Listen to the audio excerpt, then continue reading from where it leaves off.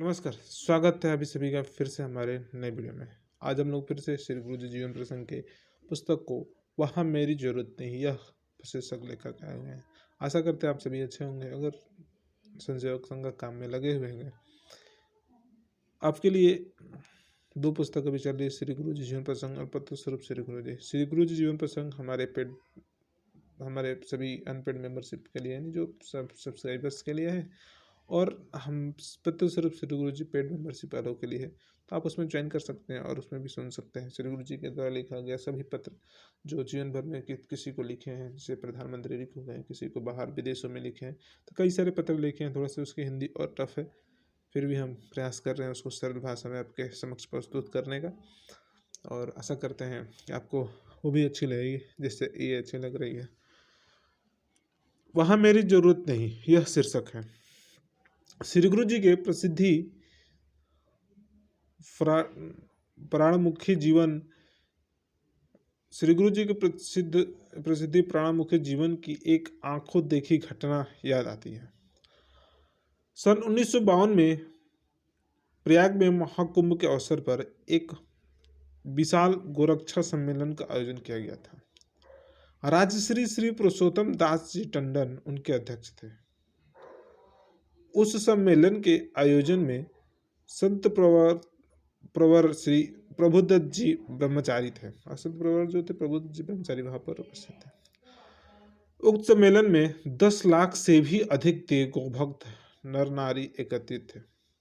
वहां जहां तक दृष्टि जाती जन सागर हिलोरे लेता हुआ दिखलाई देता था। सभा मंच पर राजश्री श्री टंडन जी और ब्रह्मचारी जी महाराज पहुंच चुके थे। श्री गुरु जी के आगमन की प्रतीक्षा हो रही थी। श्री गुरु जी अपने निश्चित समय पर पधारे। जब वे अपने मोटर कार से उतरकर सभा मंच की ओर बढ़ने लगे तो चारों ओर से पूज्य श्री गुरु जी की जय कोलाहल जय ध्वनि गूंजने लगी।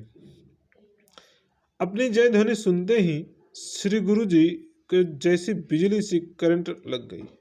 वे रुके और क्षण भर में घूमकर अपनी मोटर की ओर गति से बढ़ने लगे। मोटर में बैठकर श्री गुरु जी बोले, चलो वापस। और उन्होंने श्री गुरु जी की जय बोलने के कारण वो बोले कि वापस चलो। जिस सम्मेलन में भारत माता की जय और गौ माता की जय के जयकारा के स्थान पर किसी व्यक्ति की जय होने लगे, बोलने वाले लोग एकत्रित हो, वहां मेरे लिए कोई स्थान ही नहीं हो सकता है।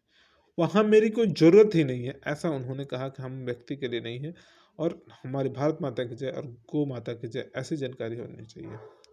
यह स्थिति समझने में संत श्री प्रभुदत्त जी ब्रह्मचारी को देर नहीं लगी।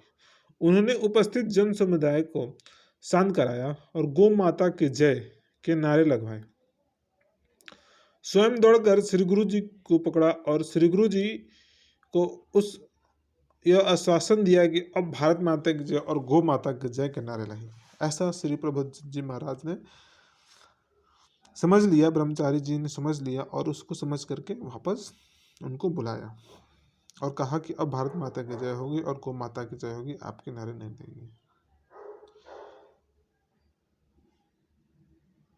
ऐसे ध्येय समर्पित निष्प्रिय जीवन के संबंध में कुछ लिखने में भी भय लगता है कि कहीं उनकी दिवंगत आत्मा को अपनी प्रशंसा सुनकर व्यथा न पहुंचे। यही कारण है कि आज उनके लक्ष्य अनुभवी अनुयायी चुप हैं, उनके आंसू तक नहीं बहा पा रहे हैं, क्योंकि वे प्रायः कहा करते थे कि देश सेवा जैसे महान कार्य में लगे हुए कार्यकर्ता के पास रोने के लिए कुछ है ही कहाँ।